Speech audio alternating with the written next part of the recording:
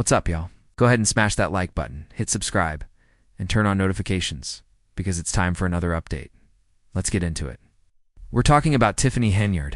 Yep, figured it was time to circle back. Since she's been real low-key lately, it's off the grid, no live streams, no Facebook rants, just silence. Maybe, just maybe, one of her discount bin lawyers finally convinced her to sit down and shut up. Maybe the seriousness of all this is finally sinking in, but honestly, I'm not betting on it. I don't think she's grasped the gravity yet.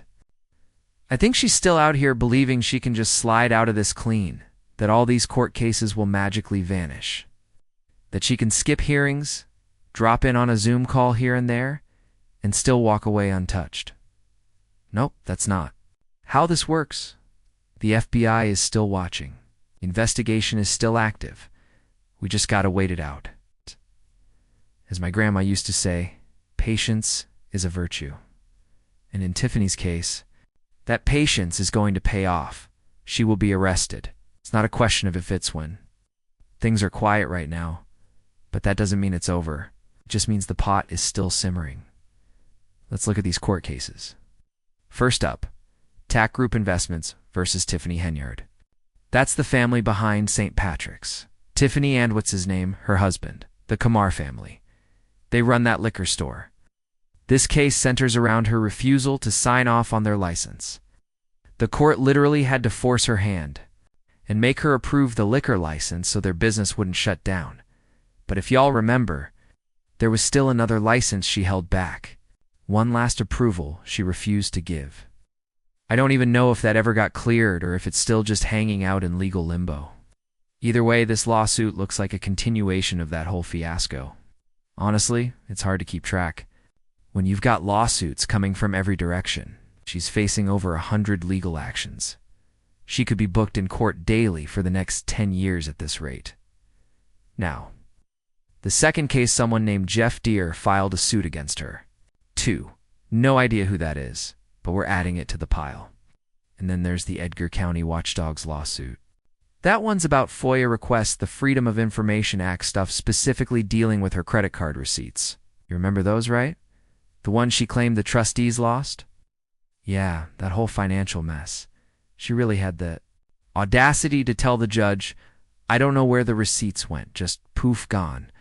But the judge wasn't buying it. Told her to show exactly what steps she took to locate the records. Her loud-talking attorney, you know, the guy with the cheap suit and fake confidence, tried to whip up some affidavit, but the court rejected it. So yeah, we're still waiting for a proper answer, and let's not forget she was supposed to start getting fined $1,000 per day starting June 6th for not turning over those photo documents. Today's June 30th. That's 24 days. Do the math, she should owe the court $24,000 by now, but this is Illinois. And let's be honest, especially around the Chicago area, it's like the courts just look the other way. She's been dodging accountability for years. Shows up in court like she owns the building, so will they ever actually enforce that fine? Who knows, but they should, without question. Let's take a moment to really break this down, because this isn't just some political drama, it's a betrayal that cuts deep. Tiffany Henyard didn't just mess up paperwork. She didn't just miss a deadline or file a form late. No, she tampered with the livelihoods of the very people who risked their lives for this community. The firefighters. The ones who show up when everyone else is running in the opposite direction. These aren't people who clock in, sit at a desk, answer a few emails, and head home. These are highly trained, physically and mentally tough professionals who prepare daily for situations that most of us couldn't even stomach watching in a movie. Chemical fires, gas leaks, explosions, multi-car pileups, structural collapses, full-on infernos where visibility is zero and the temperature could melt the gear they're wearing. So that's what they do. It's who they are. They run into burning homes not knowing what's on the other side of that smoke. They dig through debris looking for people buried alive. They respond to emergencies where every second counts. And they do it knowing full well that any call could be their last. What do they ask for in return? Fair pay, retirement benefits, and the medical coverage they've earned through years, sometimes decades of service. But instead of honoring that, Tiffany gambled with their futures. She played political games with their retirement accounts. She treated their health insurance like a budget line to be reallocated at will. And now those same firefighters, some of them retired, some still active, are going to doctors, clinics, pharmacies, and getting told their coverage is invalid. Imagine standing there with a prescription in hand, or needing a surgery you put off for years, only to hear, "Sorry, your insurance doesn't work anymore." That's the fallout of her decisions. And this isn't speculation. It happened. It's happening. These men and women who gave everything for this community are now being left out in the cold because someone in charge decided they weren't a priority. That's not just a financial error. That's cruelty. It's abuse of power. It's the kind of betrayal that makes your blood boil. So no, I don't feel bad for her. I won't. I can't. Because she didn't just mismanage money. She broke trust. She looked at the people who run toward danger and said, "You're not worth protecting." That's beyond negligence. That's intentional. It's evil. And you know what? I'm fine being patient. I don't need fireworks or breaking news headlines. I'll sit here and wait. Because when the federal charges finally command, I'll be right here, watching the consequences unfold like clockwork. It might take another few months. It might take a year. But justice is slow sometimes. That's okay. Because when it comes, it hits hard.